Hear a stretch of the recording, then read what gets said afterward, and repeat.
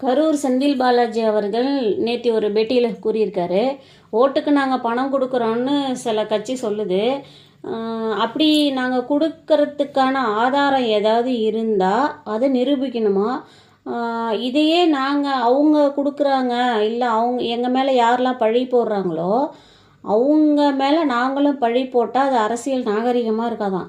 ஓட்டுக்கு பணம் கொடுப்பதா ஆதாரம் இருந்தால், அதாவது நாங்கள் கொடுக்குறோன்னு ஆதாரம் இருந்துச்சுன்னா அதை போய் தேர்தல் அதிகாரிக்கிட்ட புகார் சொல்லலாமா, ஆதாரத்தோடு. அதுவும் ஓட்டுக்கு பணம் கொடுக்கறத ஒருபோதும் நான் ஏற்றுக்க மாட்டேன், தேர்தல் நியாயமாக நடக்கணும் அப்படின்னு நான் விரும்புகிறேன் அப்படின்னு சொல்கிறார். ஓட்டுக்கு பணம் கொடுப்பதும் வாங்குவதும் தவறுன்னு வேற இந்த கரூர் செந்தில் பாலாஜி அவர்கள் கூறுறாரு.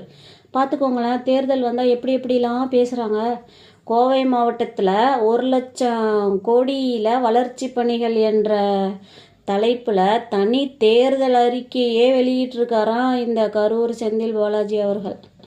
கரூர் செந்தில் பாலாஜி அண்ணா, நீங்கள் மேற்க கொடுத்த 10,000 ரூபா பணம், அப்புறம் மோதிரம் எல்லாம் கிழக்க வரைக்கும் செய்தி வந்துடுச்சு.